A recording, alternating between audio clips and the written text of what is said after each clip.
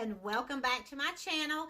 So this will be part one of probably a three-part segment of my Valentine crafts. So this particular segment will be on this absolute gorgeous candle. You guys, this is so upscale looking in person. Pair it with another candle and then of course a gorgeous candle holder.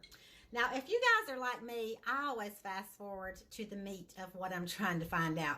So we are going to try to keep our segments really short and to the point.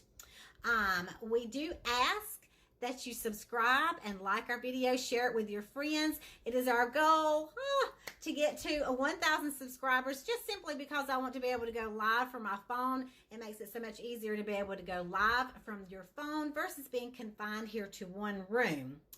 I'm looking at my hair right now too. The next time you see me, I'll probably have my extensions back in. You know, I'm back and forth. That's a video for another day. So without further ado, let's get on to the video. Okay guys, so here we go.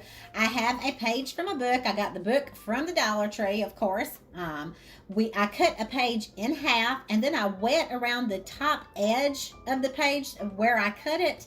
And that makes it a little bit easier to tear. I wanted to have the jagged edges because I didn't want to have a clean, crisp edge on the top of mine. I wanted it to have more of a vintage look, and this turns out really nicely, especially after you have applied your Mod Podge.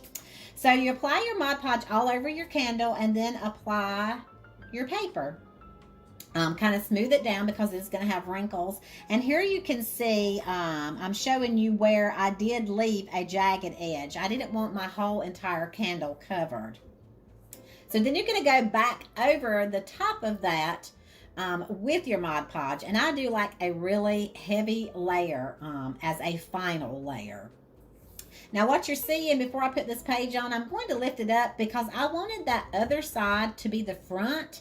So I want this back half to tuck underneath, just simply because I want a finished look in the front and I don't want it overlapping. Now, depending on the size of your page may wrap completely around the candle, and also depending on the width of your candle as well. And now I'm tucking it in, and then of course it's going to have lots of wrinkles because it is now a wet sheet of paper.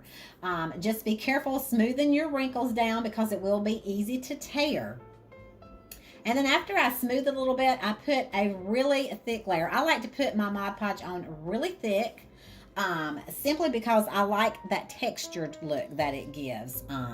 It's especially pretty whenever the light hits it. Now, after you get all of your Mod Podge on and it dries, then you are going to do your embellishments. If you'll see over there in the corner, I have bought I think there was like 125 keys for like 10 bucks. I got that from eBay. And I'm going to use that as embellishments. I just love, love, love how it turned out. Thanks so much for watching.